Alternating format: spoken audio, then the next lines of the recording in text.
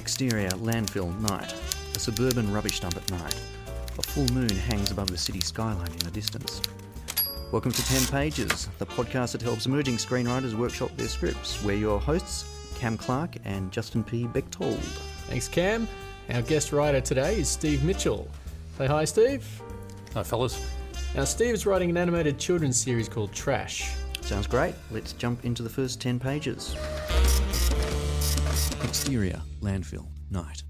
A suburban rubbish dump at night. A full moon hangs above the city skyline in the distance. A dump truck drives up to the edge of the overflowing rubbish pit. Another car is there with its headlights on. A man in a trench coat stands in front of the car, casting a giant shadow.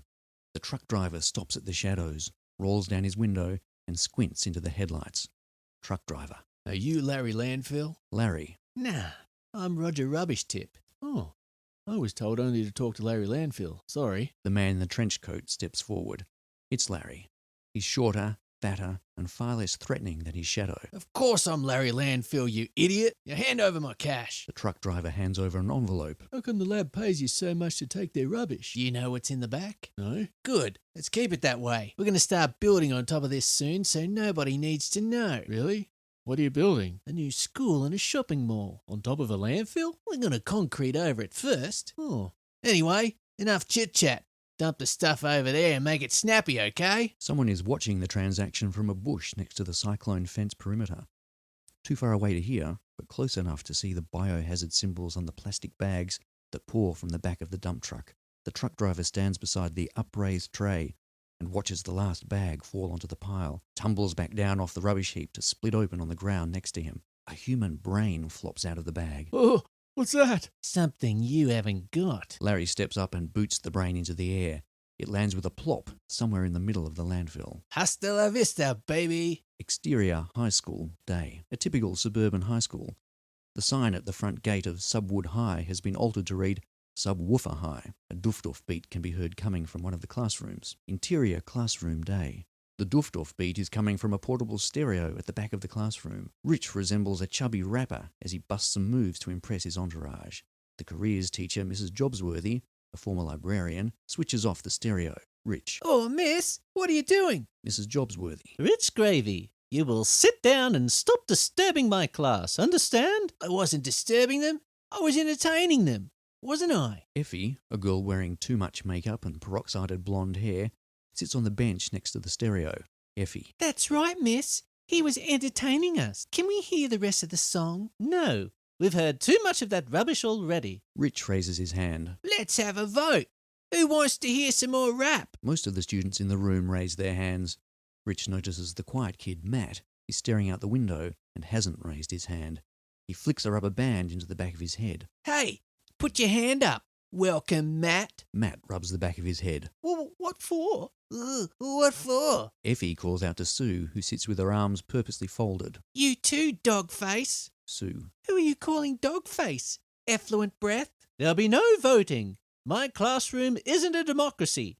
Now sit down, everyone. That includes you too, Effie. If I hear any more music, I will confiscate the stereo. Effie sneers at Sue as she takes her seat. Mrs. Jobsworthy returns to her desk. Now, where was I? Oh, yes. The next summer work experience job on offer is to work at the landfill redevelopment project. A new school and shopping mall will be built on top of the old tip. This one should be very exciting. She pulls a name out of the hat on her desk. And the winner is Matt Welcome. Matt looks up with surprise. Rich is annoyed. But miss, Larry Landfill is my uncle. That's where I should be going for my work experience. I'm sorry, Rich, but I can't play favourites. He's very rich. He could make it worth your while. I don't take bribes, Mr. Gravy. Mrs. Jobsworthy pulls out a second name. And Matt will be joined there by Sue Ridge. Miss, I have an asthma condition and probably shouldn't go there. She does not. She's lying, miss. I've never seen you use a puffer, Sue. Do you really have asthma? Sue looks at Effie for a moment. No, but I might catch it if you send me there. Well, I'm sure you'll be fine. Mrs. Jobsworthy pulls another name from her hat. And the next job is at the EPA recycling plant. Not quite as glamorous, perhaps, but I'm sure it has its good points. And the lucky person is Effie Lewent. What? That place is for losers. I'm not spending my summer there. Effie Lewent. you will do as you are told. And joining her will be Rich Gravy. That's what you think. Pardon? The bell sounds for lunch, and the kids get to their feet before Rich has to answer. All right, let's take a break and continue this after lunch. Be nice to each other, please, boys and girls. Rich punches his open hand while staring at Matt. I'll get that job at the landfill if it's the last thing I do. Exterior, landfill day. Seagulls circle above the massive landfill. Something gurgles beneath the surface layer of stinking rubbish. In the dark depths, where the trash is compacting, green slime bubbles around a pink brain. It seems to be attracting rubbish and ooze to it like a magnet, building layers of protective skin. The skin opens to reveal a bloodshot eye. It looks from side to side and growls menacingly.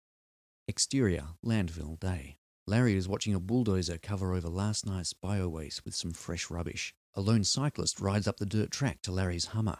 He dismounts, takes off his yellow helmet to reveal a head of white hair. It's the 70-year-old eccentric Professor Suzuki. Larry. Can I help you? Professor Suzuki. Yes, I'm Professor Suzuki from the EPA. He holds out his hand, but Larry refuses to shake it. What do you want? Someone has reported the dumping of illegal biological waste. Larry sneaks a quick look at the bulldozer's progress. What? Here?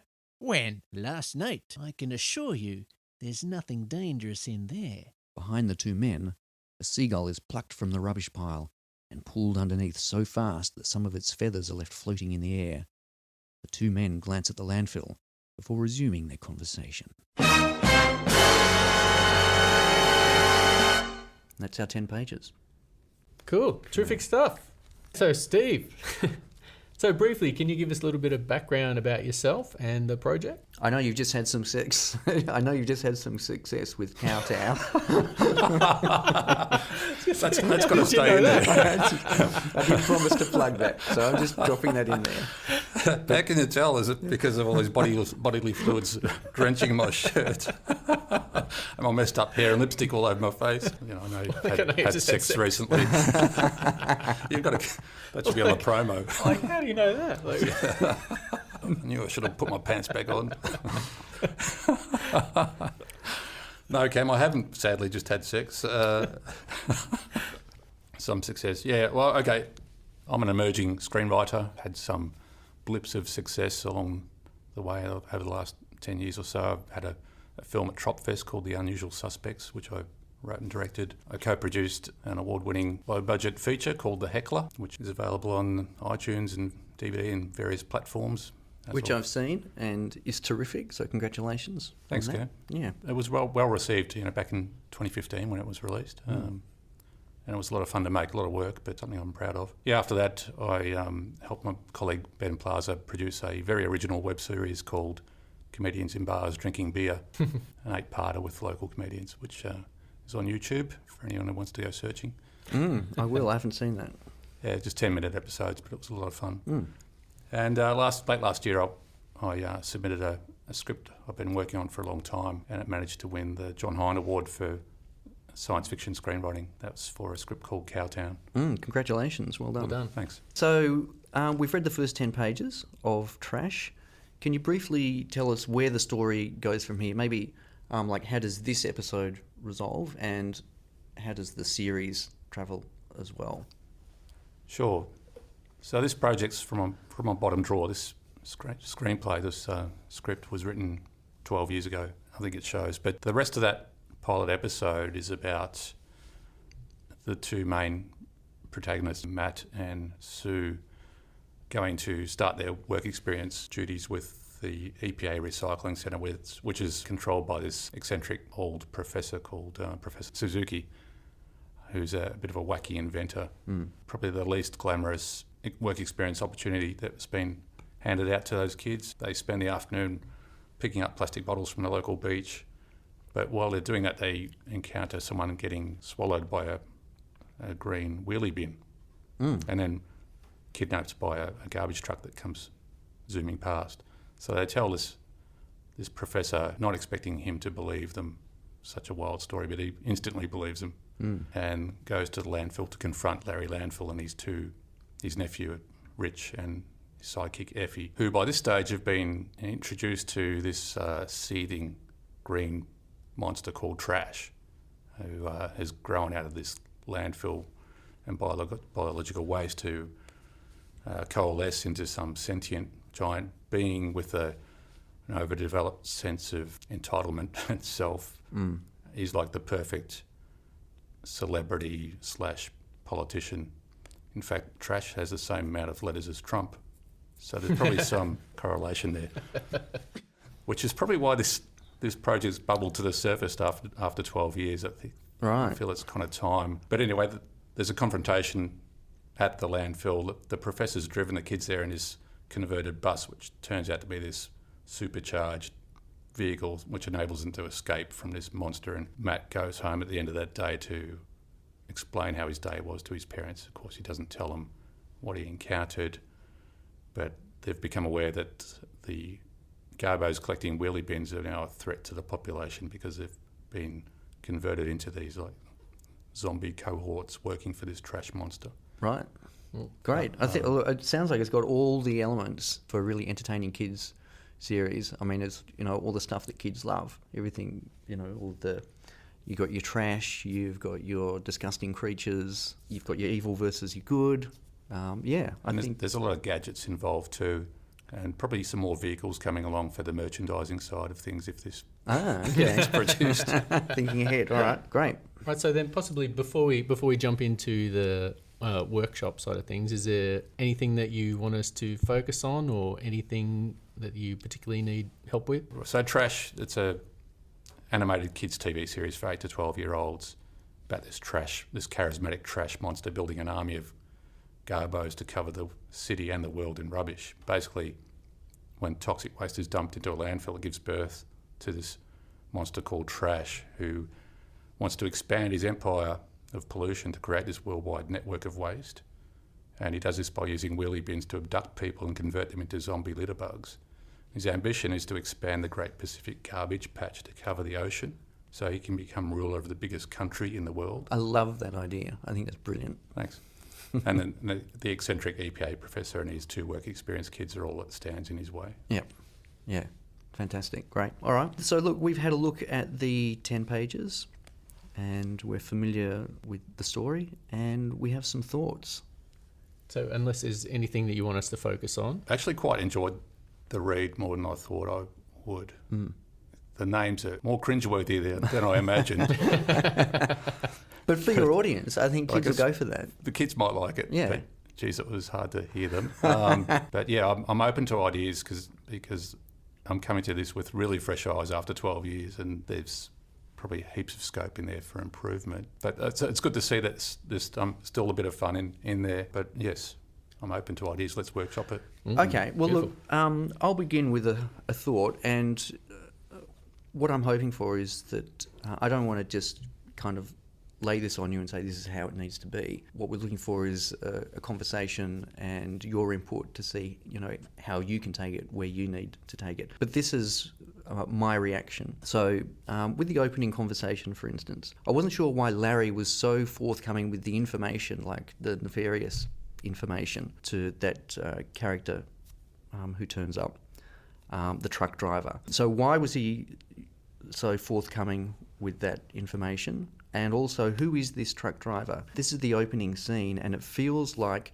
there should be a significant character having this conversation rather than, you know, this random truck driver. So I was thinking, rather than have Larry just spill his guts, it might be better if, you know, that truck driver or another character wheedles the information out of him so we can see that, you know, this is his secret plan rather than, oh yeah, this is what I'm doing. So that was something that struck me. I don't know, did that strike you, Justin? Or I mean, it did originally, and I thought, because I think sometimes those kind of characters like to sort of try and conceal what they're doing, you know, as much as possible, and then that's something that we kind of would be better off to find out later on what he was doing, you know, so rather than him sort of suggest, you know, we're going to be doing a landfill or whatever, you know, just telling him exactly what he's doing, just sort of telling him to mind his business and not worry about it.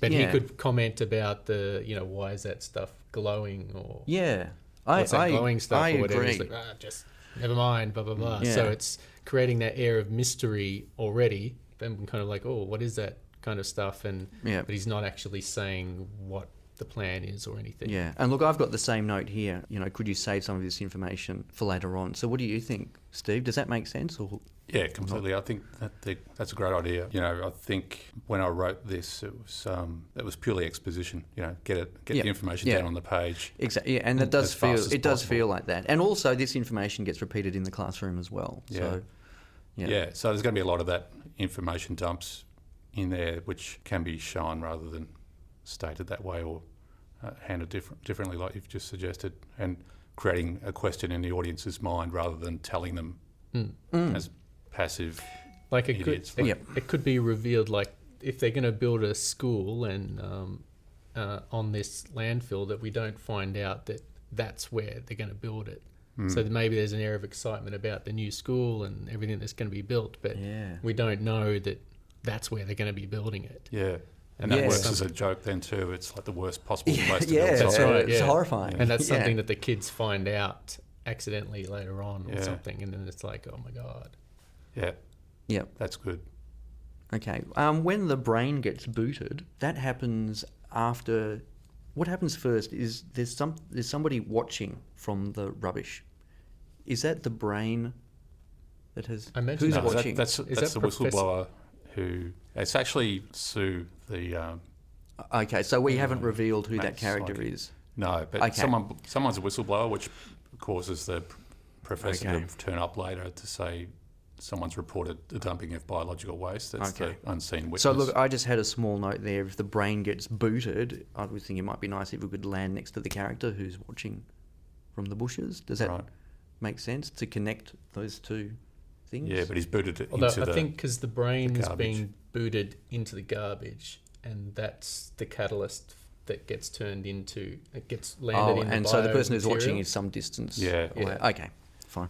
All right. But I see what you're talking about there as another alternative way to go. Something rolls up to the fence where this person is hiding, and they see with horror what it is. There's that way to go as That's well. that's what I was thinking. But I did have an alternate thought on that. Yep. You know, I wondered if because it's very clear to us that that Larry is a slime ball. So like, what if? I mean, this is kind of like merging sort of a couple of characters. So like, what if Larry perhaps ends up falling into the biohazard that he is trying to hide and becomes a literal slime ball, and then he actually becomes trash Yeah, I love that idea. himself. That's fantastic. So that he actually becomes the product of his own environment, kind of thing, and then those characters sort of become the same thing. Yeah, And then when his nephew comes to do the work experience, genius. you know, he discovers his uncle has turned into this. That's great. See, this podcast is already paying off. Fantastic. See you later, fellas. Job done. Brilliant. All right. Yeah, that's a brilliant idea. Yeah.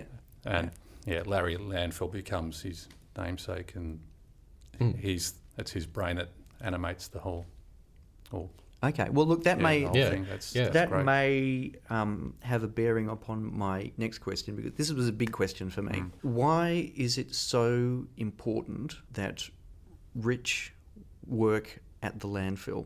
I know that his uncle works there, but it felt like there needed to be some really important reason to go there, because for me, it was like they've got a toss-up. It's, either you can go to the landfill or you can go to the EPA. And I didn't know why the landfill was a better thing than the EPA. I mean, landfill, it's stinky, it's dangerous, it's horrible. You know what, Cam? I was thinking exactly the same thing when I read this yesterday. What the hell am I doing? What's the difference in whether they go to the landfill or the recycling place? They're both shitty locations. Yeah.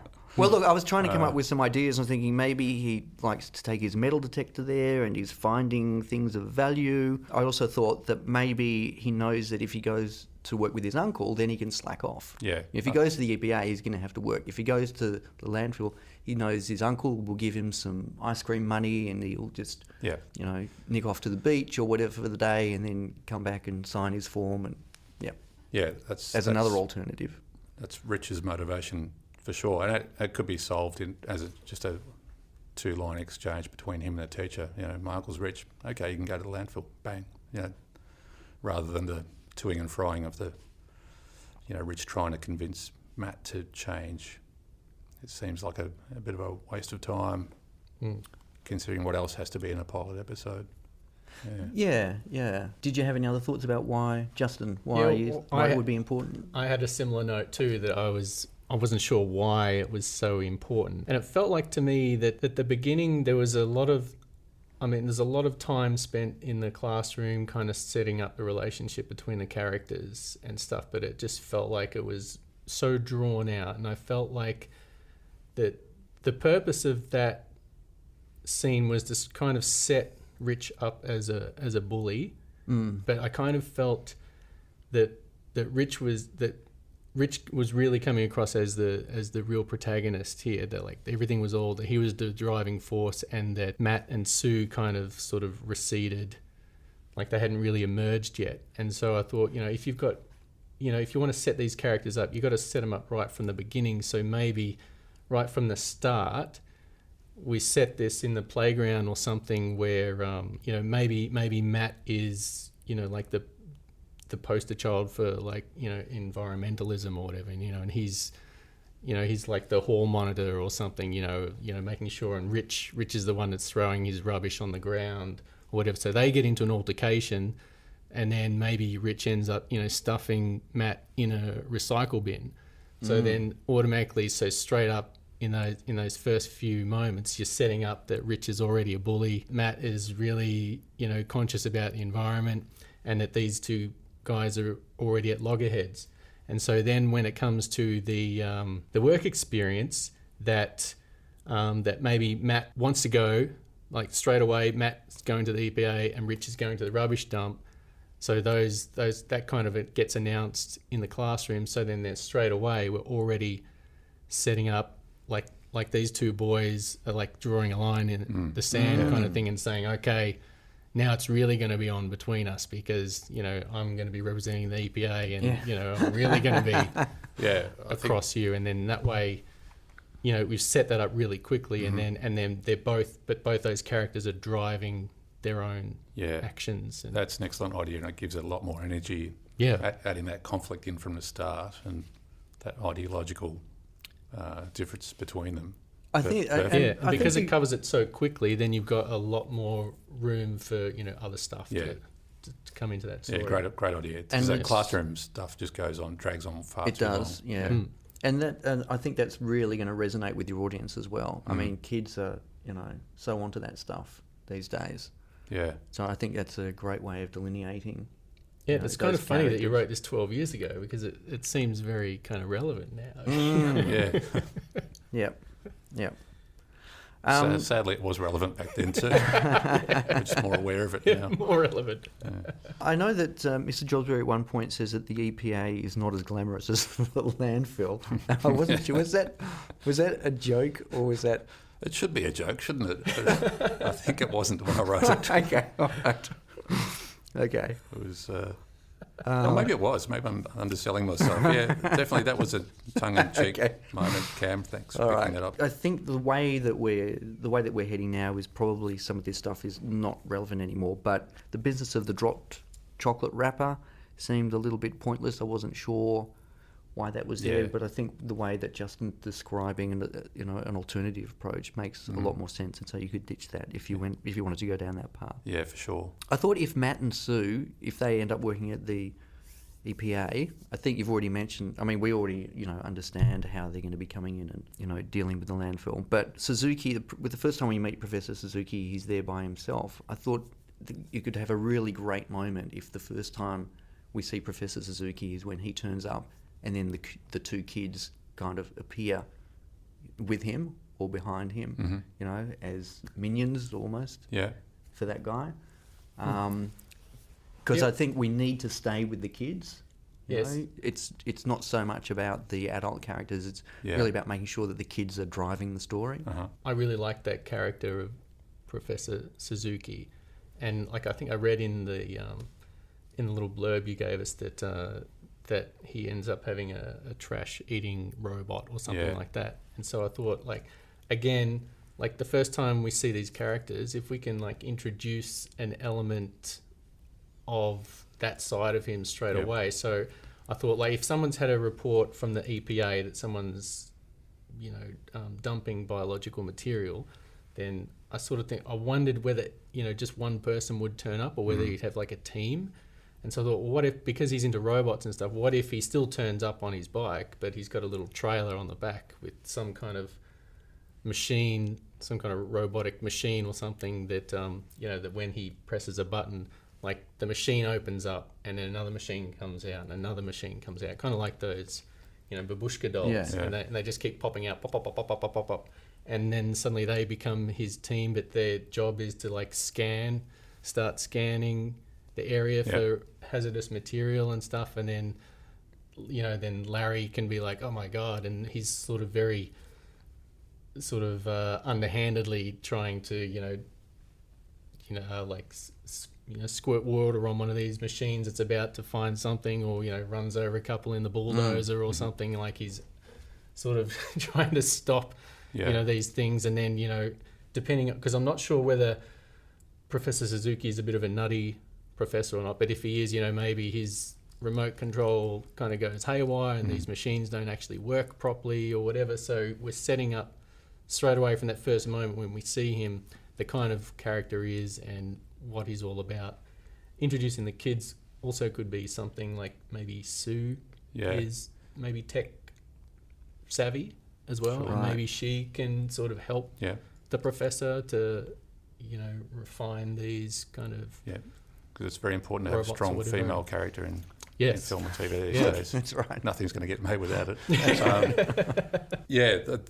That scene may be redundant anyway. There is a scene later on in this pilot where the kids meet the professor at the EPA in his lab where he's working on his trash-eating robot, which is made from a converted lawnmower. And he's surrounded by gadgets, and his dialogue shows you that he's a bit unhinged, very forgetful, and people think he's possibly insane. But how effective is that trash-eating robot? Like, is it a little bit kind of dysfunctional? Does it eat the wrong things? Does it, need constant monitoring? That's a nice idea. I like that idea, yeah. I'm just wondering if there's a bit of comic value in there. Yeah, we don't want things to go too smoothly. If it's a comedy, we want almost everything going wrong, really. Oh, well, that's right, yeah. Maybe it has an attitude. Yeah, recalcitrant. Yeah, maybe it resents this job that has wants to go back to grass. that has foisted for it. You should be eating grass, not That's garbage. Right, yeah. So beneath me. That's right. That's literally beneath me. I like that. Yeah, there's something in that. Yeah, for sure. Wants to go back to vegetarianism. Yeah. This omnivore. It's a ride-on mower that doesn't want people sitting on its back.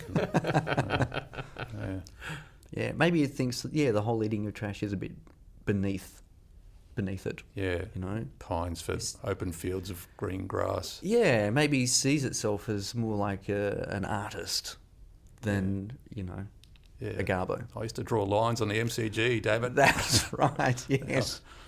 Now I'm shredding milk bottles. Yeah. Yeah.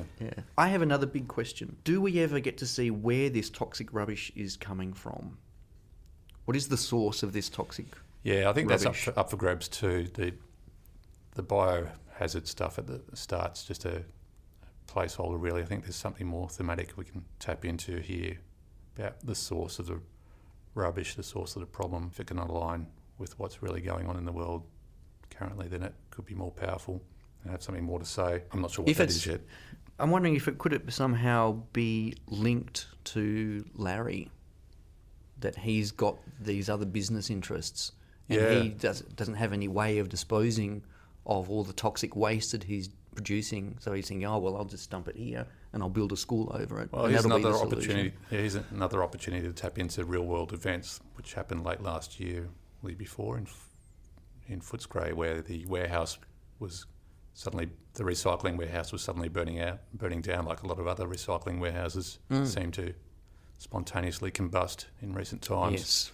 And that whole director of the recycling company was exposed as, just a scumbag who wasn't doing anything, just taking the money and stockpiling all our recycled Yeah. garbage, which,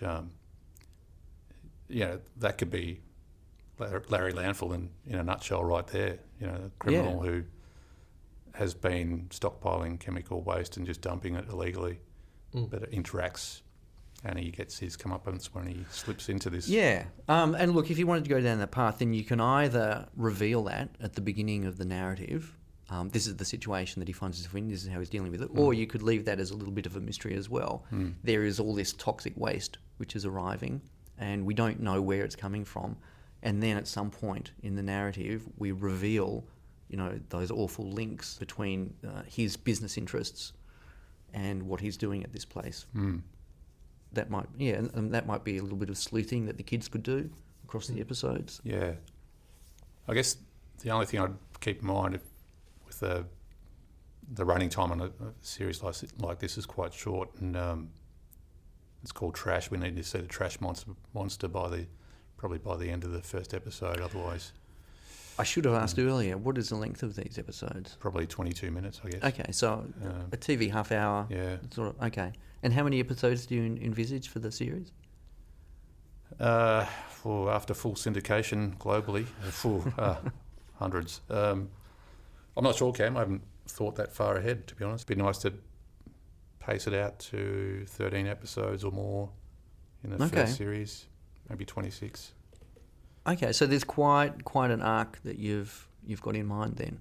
Vaguely, it's a vague arc. Yeah. Like a rainbow, you can't quite nail it down. Okay. Seeing the trash monster emerge, I mean that could be a good turning point. Halfway through the episode, and then suddenly, everything leads up to that, and then suddenly the halfway, and then suddenly it all goes downhill from there. In terms of a series arc, just to give you some impression of where I see the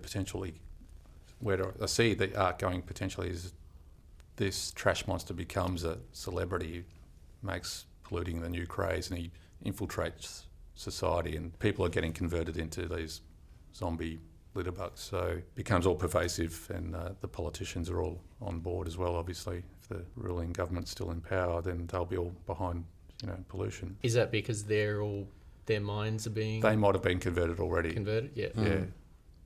Or not, depending on what I want to say about them. I have a curly one. But there's a commercial,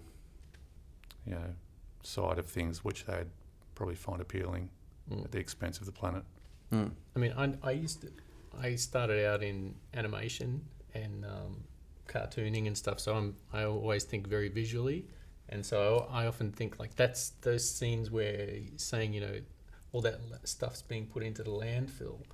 I see that as a great visual opportunity to just have things just bulging at the seams, with this kind of glowing stuff behind them, and especially if Professor Suzuki's is there something going on here, and he's just no, and this building's shaking because it's coming apart, or stuff's dripping out of the ground, and Larry's just putting his foot over the leak or whatever, as all these things are sort of happening, and no, there's nothing to see here, it's all good, and everything's just getting bigger and bigger and just bulging at those kind of scenes from a visual point. That's good to think of that. Trash's ambitions are to cover the Pacific make that into a floating garbage patch that he can walk across from Australia to LA and realise his dreams of becoming a celebrity. Yeah. Right. This mentions rap a lot too, and I'm not sure if that felt dated when you were... I'll tell you what it felt, because this is the curly one I wanted to throw at you. I wasn't 100% sold on the idea of associating that rap star, that rap music thing, which we already associate with black youth and, often coming from impoverished backgrounds, linking that with the idea of this evil trash monster trying to take over the world. Bringing those things together may be slightly uncomfortable. Yeah, I can see that. I don't know if I'm overreaching here. Did you feel that at all, Justin, or was it just me? I understand sort of, trying to reach kids in that kind of, area, like try to make it, because I know that's how people sort of make things relevant for kids, is to put it into a song kind of version. Yep. I don't know, I wasn't particularly struck by it, that it wasn't an over concern. I don't think I put much thought into that side of it, actually, but I see your point. Yeah, it was designed more as a vehicle to reach the masses through some popular I culture. I understand 100% where you're coming from. It was only when I started to think it through a little bit, I just thought, why is the evil trash being linked to that particular art form? Yeah, And maybe it might be nice to keep those things. Sure. There's probably something more relevant now anyway. More relevant now. Wants to start his own YouTube channel. Yeah. OozeTube channel. Yeah, OozeTube channel. That's good. Yeah, or something similar that allows him to broadcast to the world and become super popular, which is more important than anything else, as we all know. Steve, look, at this point we've examined your first 10 pages, your pilot.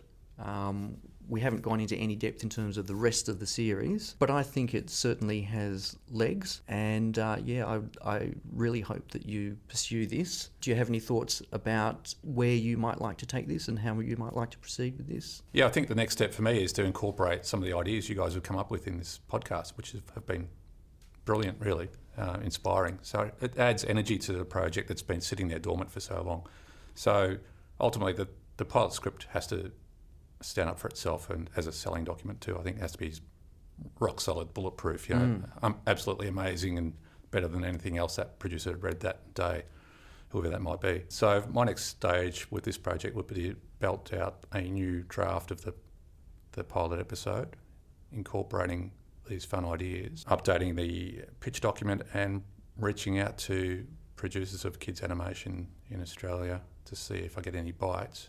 Yeah. So it sounds like the idea still has relevance, perhaps even more so. I love the premise. I think it's really, really strong. And we've talked about some ideas today about, the ways that you could tweak that and change that. I think that first episode, if you wanted to incorporate some of those ideas, could be really, really strong and definitely worth taking to the market. What do you reckon? Yeah, and I definitely think, this, I certainly see from a visual standpoint, visual element, like this is a very, appealing project for kids. And also it's got a really good environmental message as well, which is really relevant for kids. I know my son in particular is into all the environmental stuff and stuff. So is my daughter, and she's only 5. This would certainly be something that would be that would interest them.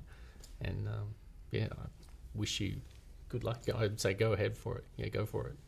Yeah. That's all we've got time for today. So thank you so much, Steve, for coming in and sharing that with us and being involved in that little workshop.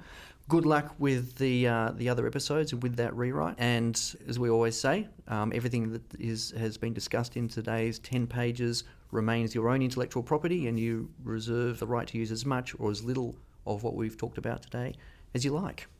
And to any writers, producers or directors or investors listening out there who may be interested in collaborating with Steve, how can they get in contact with you? Probably the best way is just via my website, which is www.thecomedycartel.com.au. Email address is on there as well. Thanks for having me in, guys. This has been fantastic. I've got other scripts I could bring to you. Oh, please do. Please do. Yeah. That's what it's all about. We're Same here to time help. next week. Yeah. We're here to help. Yeah. Thank you very much. If you've enjoyed this podcast and you have a project that needs development, please email your logline, a brief synopsis, and your first 10 pages to 10 pages. That's the number 10, not the word. 10pagespodcast@gmail.com. Thanks for listening, and keep on writing.